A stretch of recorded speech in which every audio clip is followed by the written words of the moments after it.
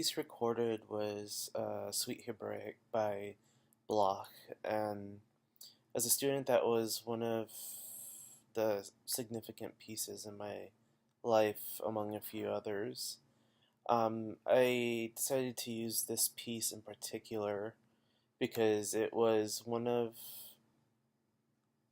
the first times that I remember being complimented by Mary.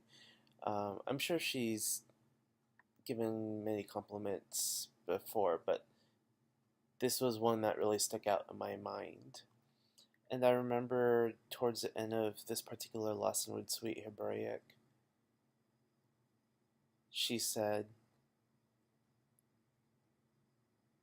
"Why do you sound good all of a sudden?" And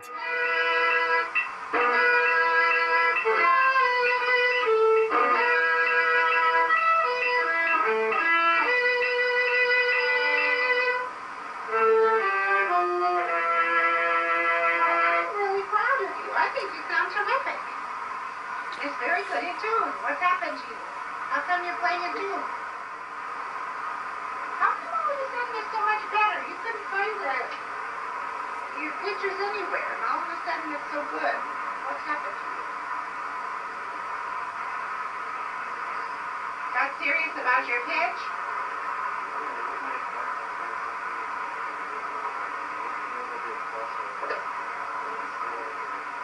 And you have a big sound now, too.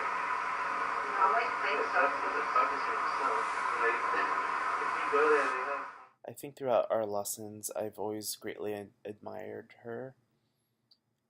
She pretty much didn't put up with anything, and she's feisty, and she has a comedic way about herself. If you didn't practice and do your part, she would let you know. She'd be pretty blunt. But if she saw you were trying really hard, maybe you're not playing something really well, even though you really put a week's worth of hard work into trying to accomplish your goals, she'd be sympathetic and try to find a different way to help you. What I really loved was she catered to everyone's learning style and every need. She was pretty perceptive.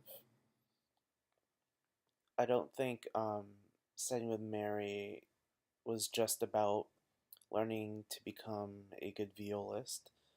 She taught me a lot about really having to believe in yourself, into doing what you think is right.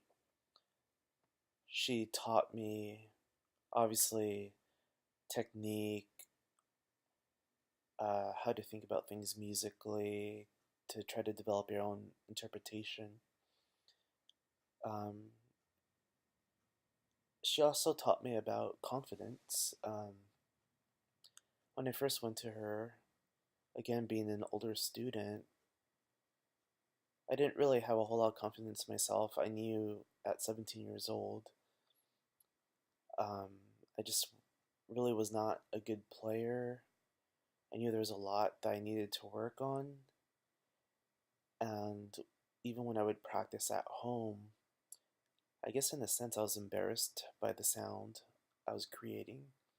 And I would practice at home quietly because I didn't really want people to hear me, to hear my mistakes, maybe mistakes I'm not even aware of. And surprisingly, she kind of saw that. She would ask my practice habits, and she somehow just knew that I had confidence issues, and she'd always be very kind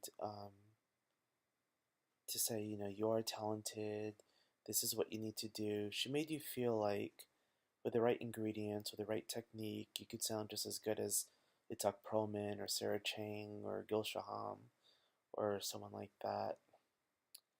I think the most important thing out of it, besides making me feel important and confident in my playing, she taught me to be my own teacher and how to always seek knowledge and to never be satisfied with where I'm at.